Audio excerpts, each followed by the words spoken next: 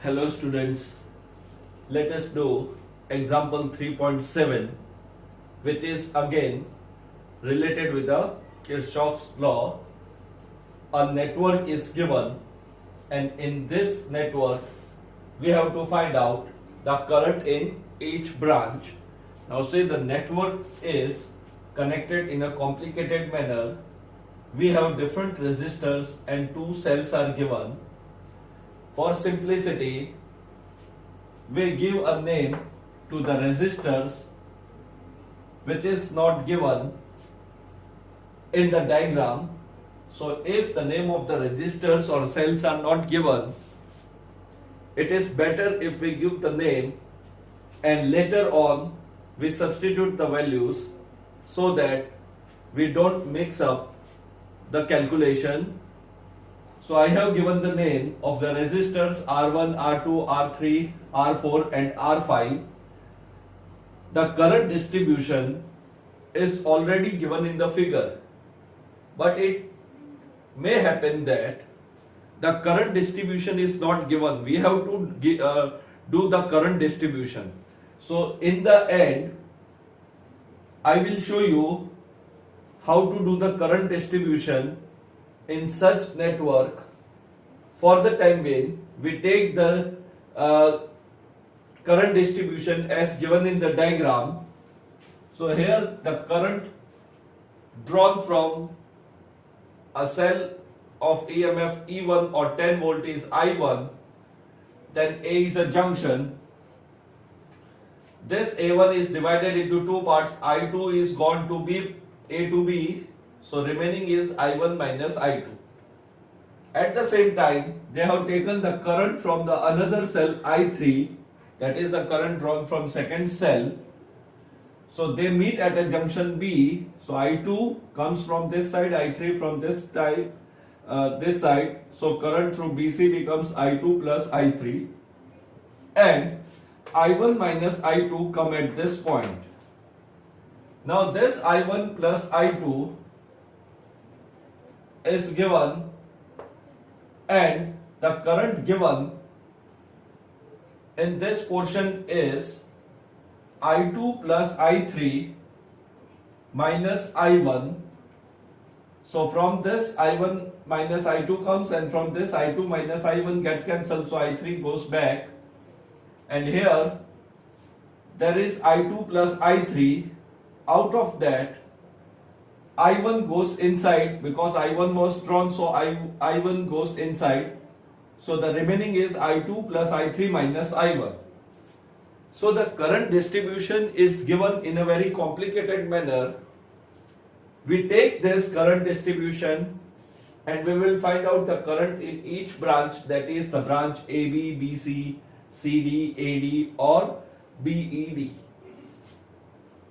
So if you see this network, we have three variables, that is I1, I2 and I3. We have three variables. So in order to get the value of these three variables, we need three equations to solve this network. To solve this network, you need a three equation, so we will take a three loop. Now clearly, the three loop is one, this is a small loop A, B, C, A.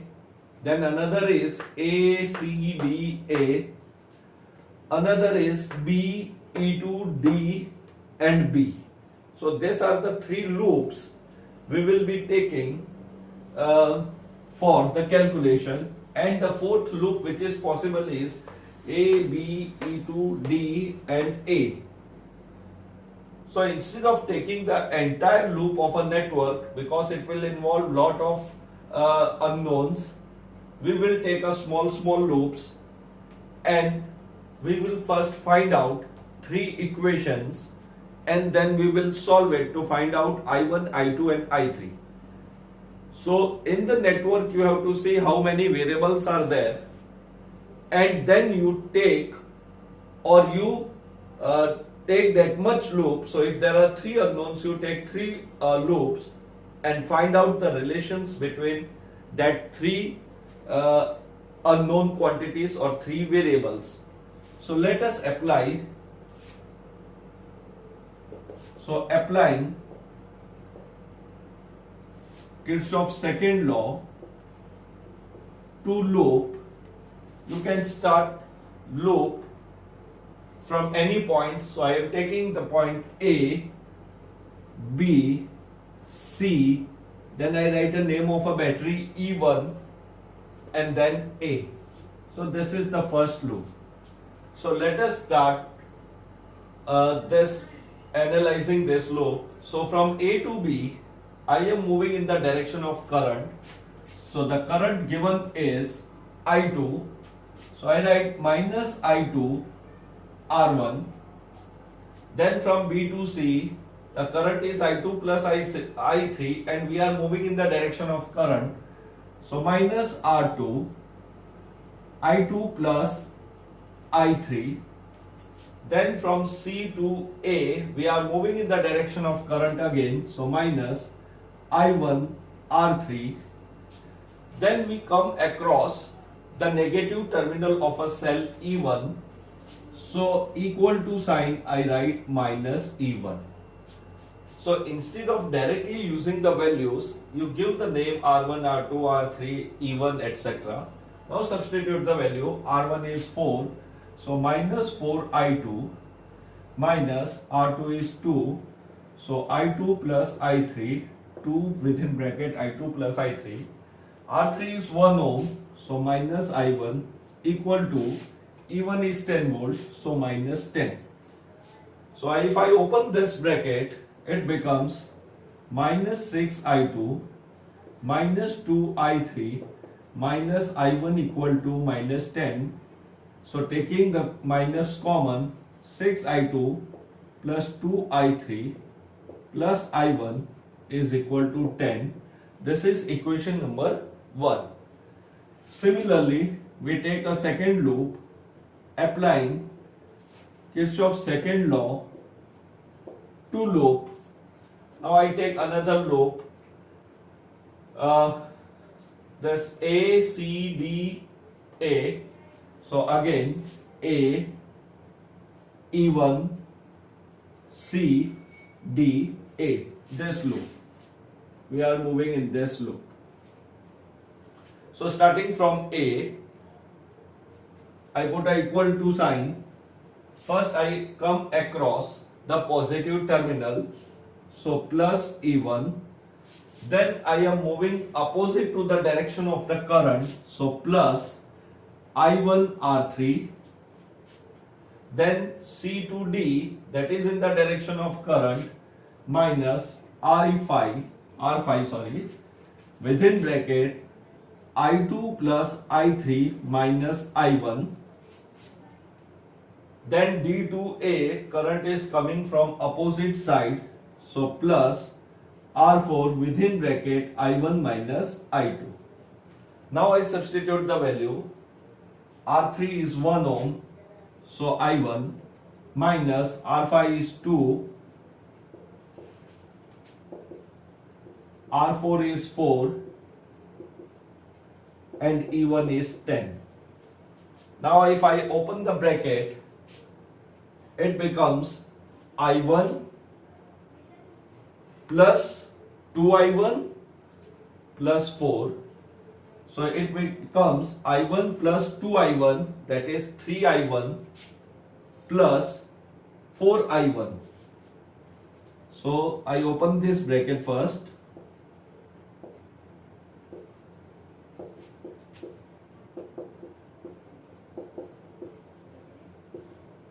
Equal to 10.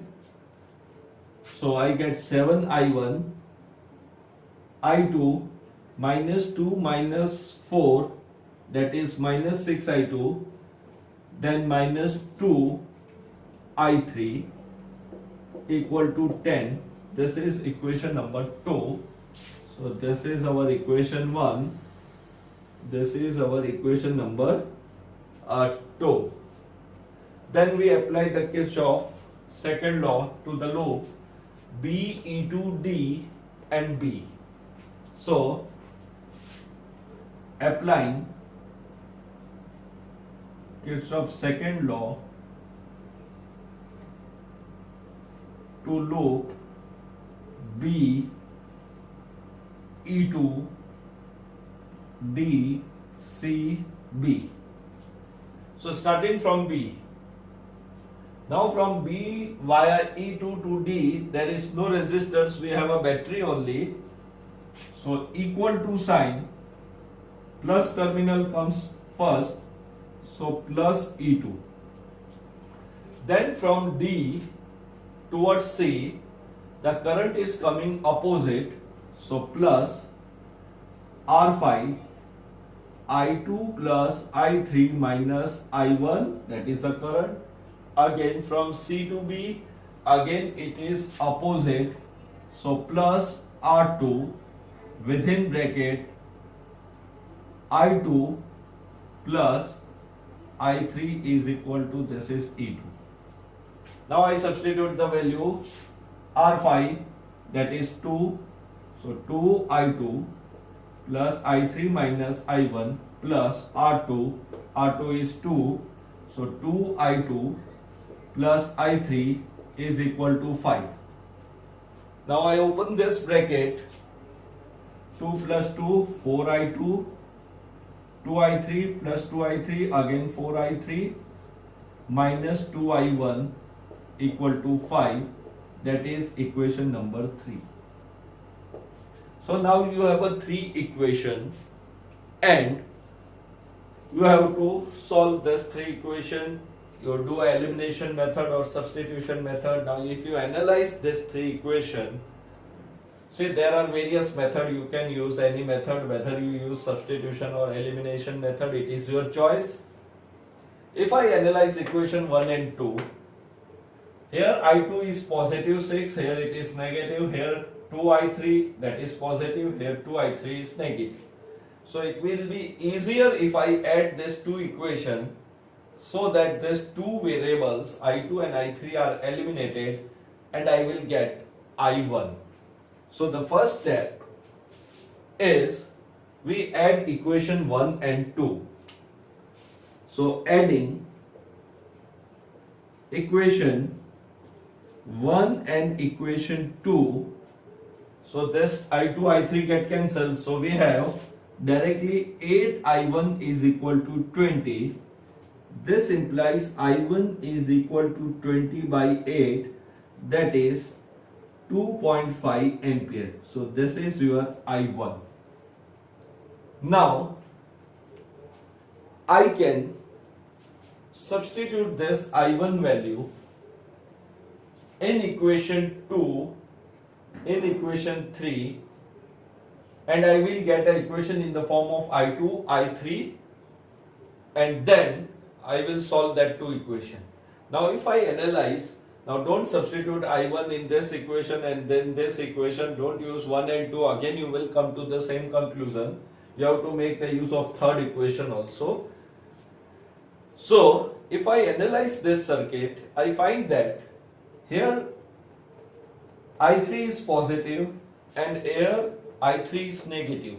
So if I multiply this equation by 2 and then add this 2 equation, at least I3 is eliminated. I3 is eliminated and I will get I2. So the next step is I multiply equation 2 by 2 first. So multiplying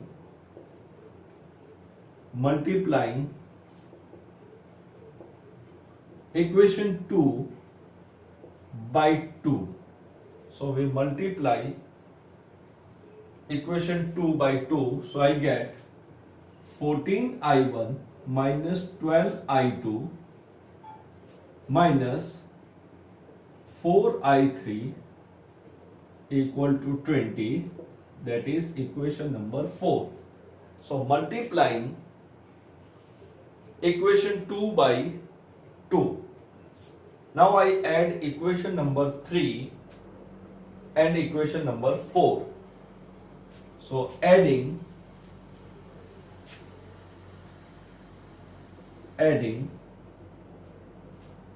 equation 3 and equation 4. So we add these two equations, that is equation 3 and equation 4. So 4i3 is eliminated. 14i1 minus 2i1, so that is 12i1. Then minus 12 plus 4, that is minus 8i2, equal to 20 plus 5, that is equal to 25. Now I substitute I1 equal to 2.5. So adding this equation and then substitute I1 is equal to 2.5 ampere. So 12 into 2.5 minus 8I2 equal to 25. So this is 30 is minus 8I2 equal to 25. So 8I2 is equal to 5. The minus is cancelled. So we have minus 8I2 equal to minus 5. So I2 is equal to 5 by 8 ampere. Now you substitute this I2 and I1 in any of these three equations and we will get I3. So this is how we find out I1, I2 and I3. Let us substitute this I1 value and I2 value in equation number 2. So substitute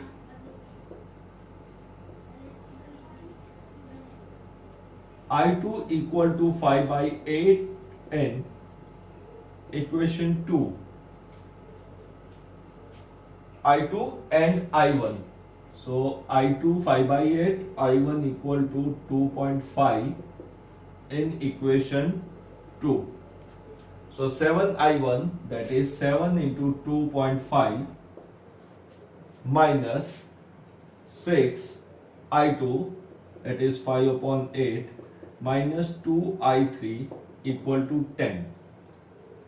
So this becomes 7 to the 14 and then 3.5, that is 17.5. So 5, 3, 17.5. This can be written as 3 upon 4. So minus 15 by 4 minus 2I3 equal to 10. Now this 17.5, we can write it in the decimal form. So it can be written as 175 divided by 10. So 175 divided by 10 minus 15 by 4 minus 2I3 is equal to 10. So this 17.5 can also be written as 35 divided by 2. So instead of writing this, I can write 35 divided by 2. So it will be easier for the calculation. So 4, let us take this 4 as an LCM. So it becomes 70 minus 15 minus 8I3 equal to 10.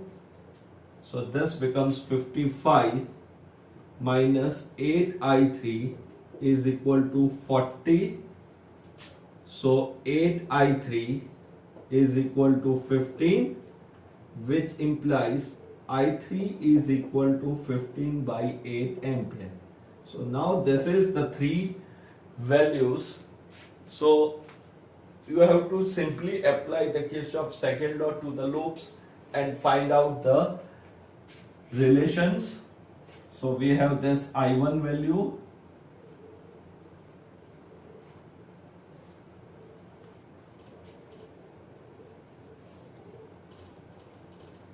and these values are there. You check this calculation. Now we have to write down the current in each branch. So current in branch AB. So current in branch AB. So AB has I2. So in the current in AB branch is I2 is equal to, that is 5 by 8A. Then current in BC branch. So for BC branch you have I2 plus I3. So that is I2 plus I3, that is equal to 5 by 8 plus 15 by 8. So it becomes 20 by 8, that is equal to 5 by 2 ampere. So 8 5s are, 4 5s are 20 and 4 2s are 8. Similarly, you write down all the branches. Then the branch is CD. So CD is equal to I2 plus I3 minus I1. So I2 plus I3, directly I can write 5 by 2 minus I1 was 2.5. So that can be written as 5 by 2. So answer comes out to be 0 for this CD branch. Then we are left with AC. AC branch have I1 current, that is 2.5 ampere. Then we have a branch AD. AD have I1 minus I2. So I1 can be written as 5 by 2 minus I2 is 5 by 8. So this can be written as 8 is LCM, 20 minus 5, that is 15 by 8 ampere. So all branches, now one branch left is B A to D, and that is I3, and I3 is 15 by 8 ampere. So these are the current distribution in the various branches. So you check this values, all the branches have been written. So this is how we use a Kirchhoff law to analyze the network. Using the Ohm's law for such complex network is very difficult. Now in this question, the current distribution was given in the figure and we have taken that current distribution. But generally it happens that the network is given to us, the value of the resistors and the cells value are given, and the current distribution we have to do it by ourselves, and then you have to apply the junction rule at each and every junction to find out that charge can neither be created nor destroyed. So let us see how will you do the distribution if the current distribution is not given to us. Let me redraw this diagram again. Now the figure is redrawn. Let us see how the current distribution should be done in this network. First thing you have to remember that you always give the symbols to the resistors and the cell. Don't directly use the values given to us. Now suppose the current distribution is not given.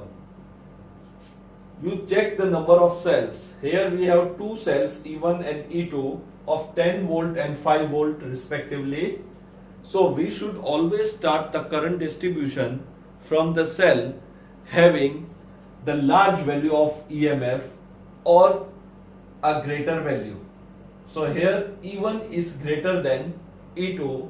So always start your distribution from a cell which have a greater value. And don't think about the other cells, whether it is E2, E3, or it can be any number of cells given in the circuit. So I start with this cell. Let the current drawn from this cell is I. This I comes to a junction, and also you have to remember number of unknowns is equal to number of equations. So if you have three unknowns, you have to make a three equation, then only you will be able to find out the unique solution. So don't take unnecessary variables. So if I1 is a current drawn from E1, that is from positive terminal at junction, it is divided into two parts. One goes from A to B, other goes from A to D. So let the current from A to B is I1. Now don't take this current as I2. Use the junction law, which is if I comes to junction, I should leave the junction. Sum of the current entering the junction should be equal to the sum of current leaving the junction. So I will write here I minus I1. I minus I1. Now this current I1 reaches at this junction B. Again there is a division. This I minus I1 reach at a junction D. Again you have to remember that the current always flow through a shortest route. Current always flow through a shortest route.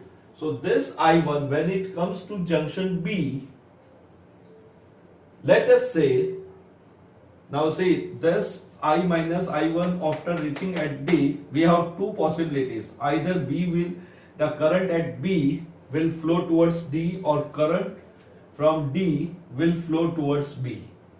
There is no possibility of current D moving directly to the B, because again you will get a junction C here. So you have to divide this current either from B or D.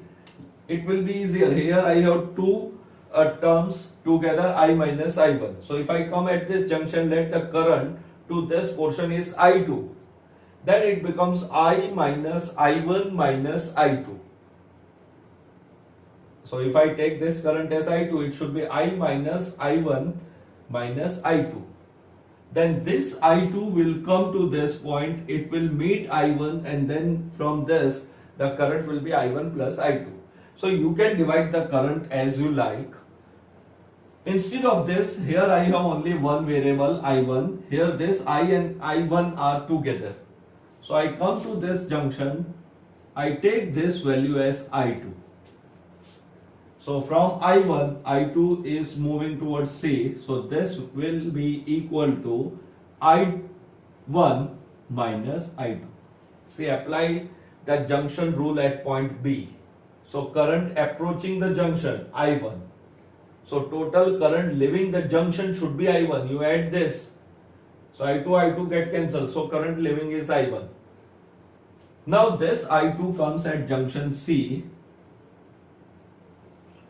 This D will not go to that side now, because this is the shortest route left, because it started from the positive terminal. So it should go again back to that negative terminal. So this I1 minus I2 will come at this point D. Now both this current will meet at D. So current approaching the junction, I do the summation. So I1 is cancelled. So this is equal to I minus I2. So these two are added. They are approaching the junction, that is equal to the current leaving the junction. Now this I minus I2 come at point C or junction C, and from here I2 comes. So I minus I2 plus I2, that is approaching. I2 get cancelled, so you are left with I. So again this becomes I. So the current drawn from the battery is equal to the current coming again towards the battery from the negative terminal. So our distribution is now correct, because we have taken I current leaving the junction. So same amount of current, because charge is neither created nor destroyed. So again I should come back. So I came back. It means the distribution of the current is done properly. Now again you have a three variable I, I1 and I2. Again you take a three loops and do this calculation. So you have to remember, here also I must have taken I minus I1, so I should take I2 here. So this I2 comes here, then I1 and from this side I2, so it becomes I1 plus I2. So either from B or C you have to consider one point, and you have to remember that a current always try to follow the shortest route. So it is not that when the current comes to point D, it will move in a network having a longer path. So the current always try to find out the path having the least resistance or where the resistance is low. So it will always move to that path having a less resistance. So this is how the current distribution should be done. It is better if we start from a battery having the value of EMF more than the other cells.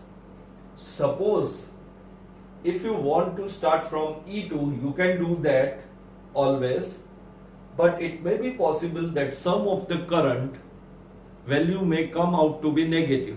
So see, here the current is flowing through a battery.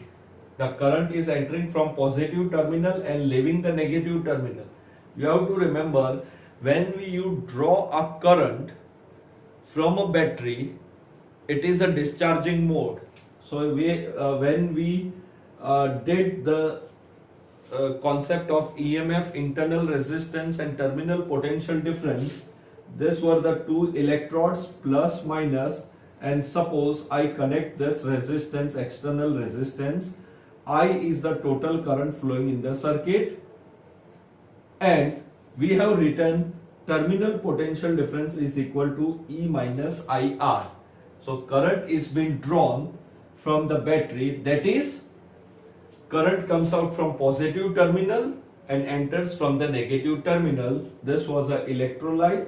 It is the discharging of the cell. But suppose I have to charge the cell, then I will connect this to a positive terminal and minus terminal, that is a high tension, or if the EMF of the battery is 2 volt, I should connect it to a source having more than 2 volt, and in this situation the current will enter from the positive terminal and it will leave the negative terminal, that is opposite, because this the source from where the battery is being charged is at high potential or it is high tension, say. So in this situation the current is going inside the cell and the equation becomes E plus IR. So for a charging of the cell, terminal potential difference of a cell is equal to EMF plus IR. For discharging, it is E minus IR. Now suppose if I start the current distribution from E2. So here, if I take this current as I, suppose, and if I comes out to be negative, it may come out to be negative. So whenever you get the current as negative, it means the direction is opposite to the direction what you have considered. So suppose in this situation I get I to be minus 2 ampere. So it means a 2 ampere current is flowing in this branch B E to D, but that direction should be opposite. So you have to remember that current may come out to be negative and you change the direction of the current while answering. So if the direction of the current, see here, is I3, it is coming out, and if it comes out to be negative, it should be going inside the cell. So we will see such topics or such equations in the MCQ. So this is example 3.6 and 3.7 were the application of the Kirchhoff law. Have a nice day.